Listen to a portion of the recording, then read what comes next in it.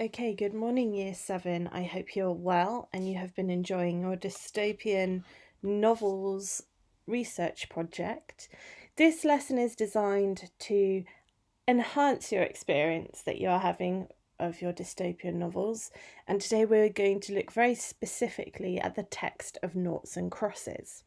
So before we do anything, what I would like you to do is make sure that you have your pen, paper, and ruler ready. If you don't have those things, I'd like you to pause the video now, go off, run and get them, and then come back and press play. If you already have those things ready, well done to you, well done for being prepared for your learning. What I would like you to do is start off by writing your title today, which is How Does Marilee Blackman Present the Differences Between the Noughts and Crosses? Once you have beautifully written out your title at the top of your page and underlined it with a ruler, I would like you to have a go at the first 4 tasks that you are going to be looking at today. The first one is a bit of revision of what you should have already done on your research project. So I would like you to list 3 conventions of a dystopian setting. Number 2, you might need to get a dictionary or use the dictionary online to help you, and I would like you to have a look at what does dehumanized mean. Some of you, if you've worked in my class, might remember this from your first term. If you've forgotten, this is a fantastic refresher, and some of you in other classes may have already looked at it too.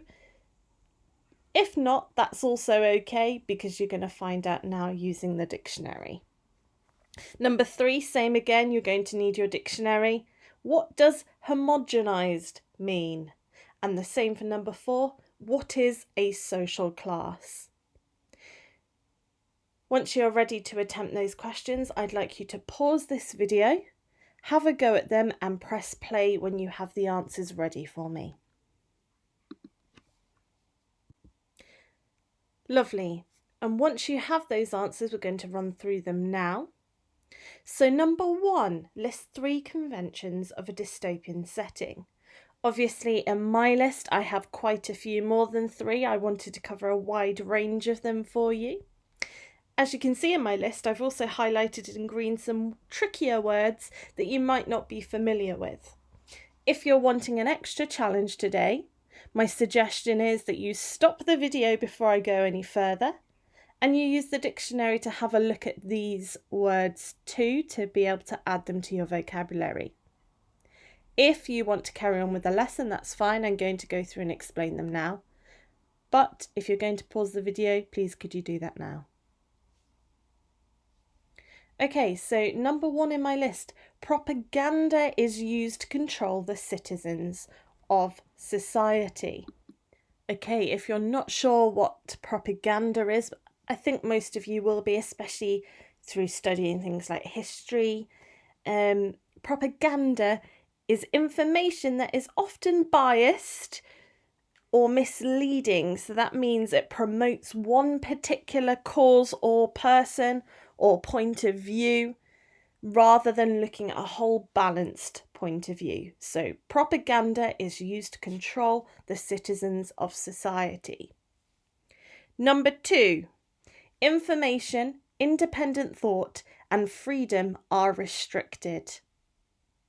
Number 3, a leader or a concept is worshipped by the citizens of the society. Number 4, citizens are perceived to be under constant surveillance. What a lovely word we have there as well. If you're not sure what perceive means, it means to be aware of something. The next one, citizens have a fear of the outside world. Citizens live in a dehumanized state. You should already know what dehumanized means because that's our next question.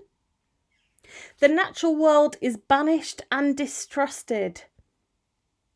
Citizens conform to uniform expectations, and individuality and dissent are bad. If you're not sure what dissent means having the opposite viewpoint or opinion to what's being told to you. The society is an illusion of a perfect utopian world.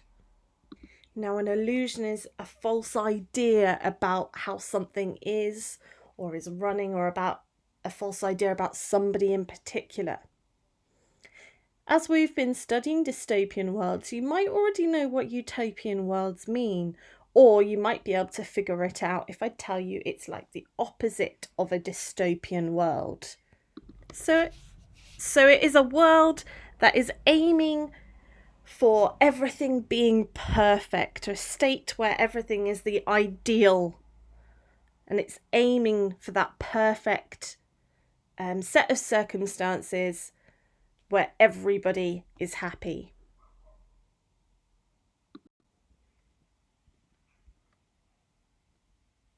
Okay, so next what we're going to do is we're going to go through the definitions of number 2, 3, 4 and 5. So what does dehumanized mean then? Well, dehumanized means to take away somebody's human qualities. So anything that would make them appear human, you are taking that away from them. So an example of a sentence of that might be: the brutal management methods and fear can dehumanize people. Number 3, what does homogenized mean? Well, it means to make something uniform or similar, so everything is the same. So an example for that would be: should the role of law be to homogenize society? Number 4, what is a social class? It's a division of a society based on social and economic status. You might have heard of the term working class before. That fits into the idea of social classes. Number 5, what does conform mean? It means to behave to socially acceptable conventions or standards, or to somebody else's expectations. So, for example, in a social group, somebody might feel the need to conform to what their peers are doing. They follow what they are doing. They bow to the pressure of what somebody else is doing. Lovely. Now, the first task here wasn't pointless. We're going to be using some of this vocabulary later on in our response to the question at the top. How does Mallory Blackman present the differences between noughts and crosses? Now, you might find it a bit strange to hear the title Noughts and Crosses, because straight away we think of that classic game that we played when we were younger. However, the extract that we are looking at today is taken from the novel by Mallory Blackman. It's a fantastic novel and I can highly recommend it. It's recently been turned into a BBC adaptation, and that's currently on BBC iPlayer, and it is a fantastic piece of drama, and I highly recommend that to you. Now, because we don't have time to read the whole novel today, what I'm going to quickly do, so you have some understanding of what the novel is about, is just read you the summary that has been written about Noughts and Crosses, so you have some sort of understanding what you're writing about today. So, the summary says, 2 young people are forced to make a stand in this thought-provoking look at racism and prejudice in an alternate society. Sephi is a cross, a member of the dark-skinned ruling class. Callum is a nought, a colourless member of the underclass who were once slaves to the crosses. The 2 have been friends since early childhood, but that's as far as it can go. In their world, noughts and crosses simply don't mix. Against a background of prejudice and distrust, intensely highlighted by violent terrorist activity, a romance builds between Sephi and Callum.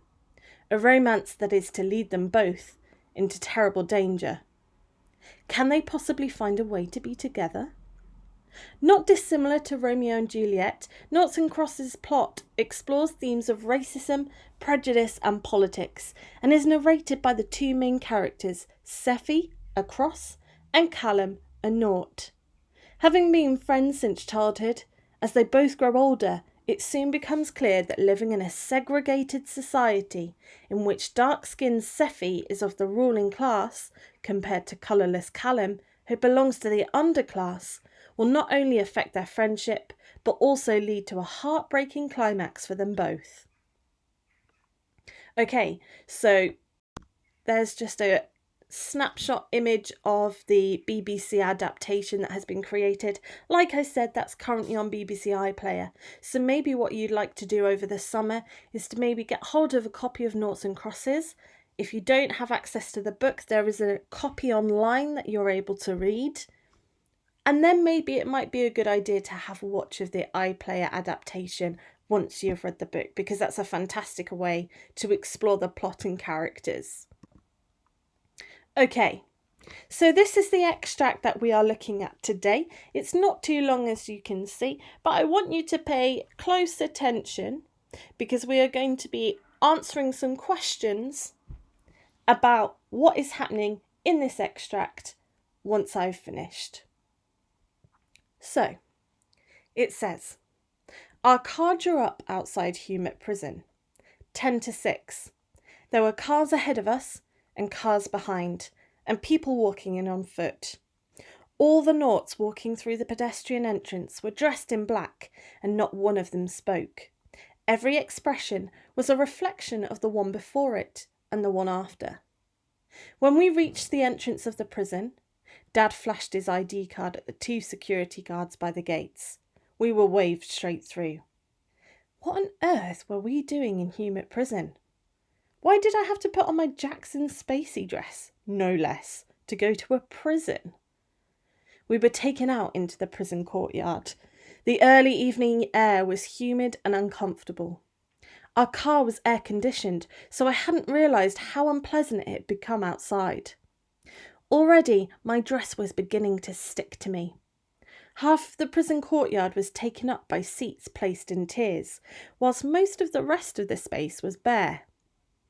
At the far end of the courtyard was a scaffold, and still I didn't click. We were shown to our places right at the front of the seated area. I looked around, puzzled. All the Noughts were standing. Some were looking at the scaffold, a few were crying. Some were looking at us crosses on the seats, burning hatred on their faces. Without warning, my eyes caught and locked with Callum's. Shock, like a bucket of ice water, flowed over me. What was going on? He stared at me. I hadn't seen him for so long that the jolt was all the greater for seeing him here. Ladies and gentlemen and Noughts, we are here today to witness the execution of Ryan Callum McGregor of 15 Hugo Yard, Meadowview, having been found guilty of 7 counts of murder and the charge of political terrorism. His appeal having been denied, the sentence of hanging by the neck until he is dead will now be carried out. Bring out the prisoner. And only then, when it had been spelt out for me, did I finally realise what I was doing there. They were going to hang Callum's dad. I turned to the scaffold, appalled. A door opened to the left of the scaffold, and Callum's dad was led out. Okay, so hopefully you've picked up on the fact that this is taken from a diary entry of Sephi, one of the main characters in our book. And as you can see, she mentions Callum, the second character that the book focuses on. What I would like you to do now is I would like you to pause the video and I would like you to have a look at the points to think about box down the side of this slide. What I would like you to do for each point is I would like you to pick out a piece of evidence that proves each point. So, for example, how the Noughts and Crosses arrived at the prison. I would like you to have a look through the text and I would like you to pick out a piece of evidence for each of the Noughts and Crosses there to see if there is a difference between the way they arrive at the prison. And I would like you to do the same for each of the other points. So pause the recording now and take time to do that. Once you've finished, press play. Okay, hopefully you've had a good amount of time to do that and you found it relatively straightforward. As you can see on the screen, I have picked out some of my own pieces of evidence that answers each of those questions. What I would like you to do is pause the screen now, and I would like you to see if yours matches up nice and neatly to what I found there. Once you've finished, press play.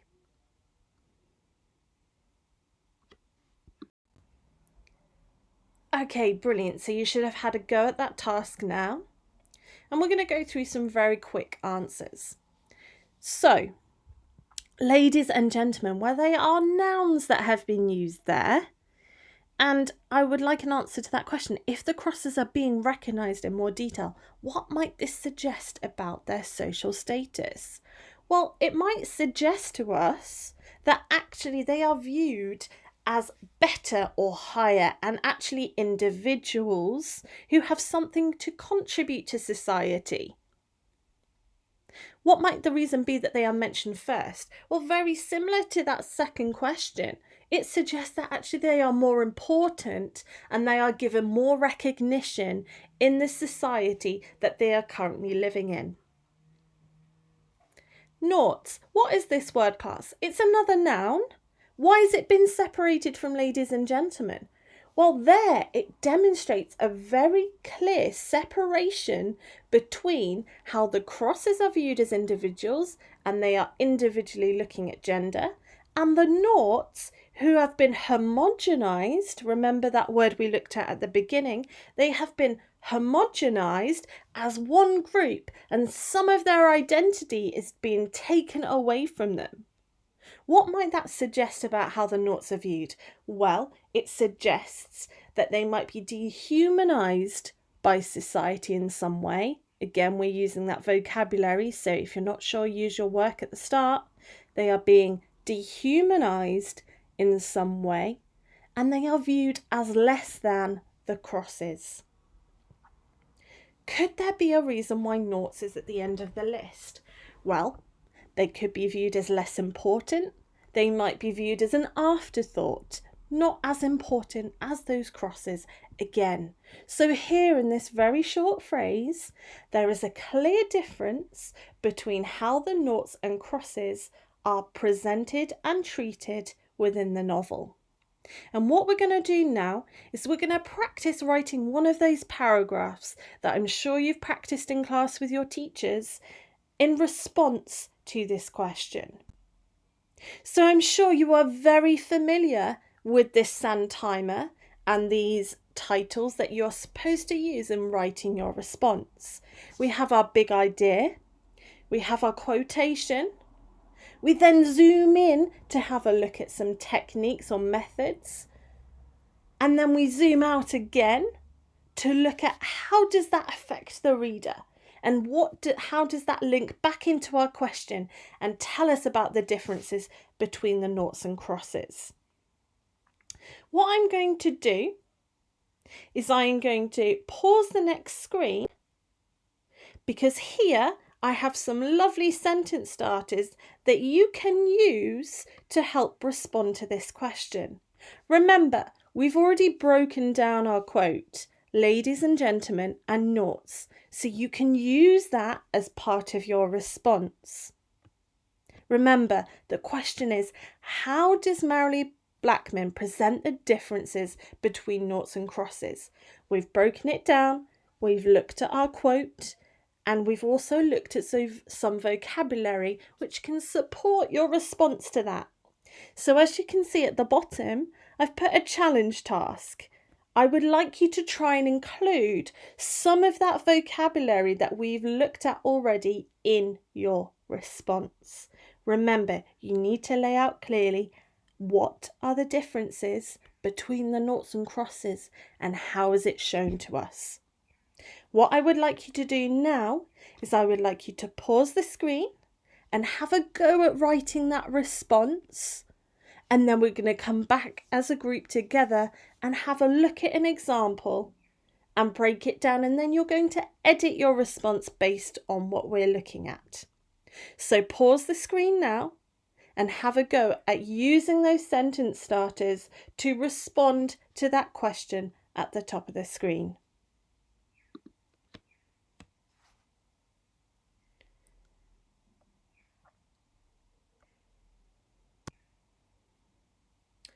Okay, so hopefully you've had a really good go at responding to that question. Hopefully you found it fairly straightforward because we've broken it down already. If you struggled with some bits, that's okay, not a problem. It's been a while since we've done one of these in class together. I'm sure you will get back into the swing of it once you're in class having a look at these more regularly. I suggest you also have a go at some of these over the summer yourself. Have a go at writing some and responding to some. Okay, so just a reminder, the key question that we've been looking at throughout this lesson is, how does Mallory Blackman present the differences between noughts and crosses? So I've started off with my big idea here. Mallory Blackman presents the noughts as being dehumanised by the crosses within the novel. Tick, tick, straight away I've got some of my key vocabulary that we were looking at to upgrade our answer, and I've responded straight away to the question. It's nice and clear how they are different to each other. Then I'm going to provide my quotation. This can be seen where it says ladies and gentlemen and noughts. Notice all my grammar is exactly the same as it is in the extract. That's really important that we copy it exactly as it is in the extract. Now what I'm going to do is I'm going to zoom in further to a key word or phrase from that quote that I'm going to look at the methods of. Here, the use of the noun noughts is separated from the nouns ladies and gentlemen, which suggests that noughts are viewed as a separate social class. Look again, once again, I've used that key vocabulary that we started with. Then what I'm going to do is I'm going to zoom out. I'm going to tie it nice and neatly back into our question and explain what is the impact of this on the reader.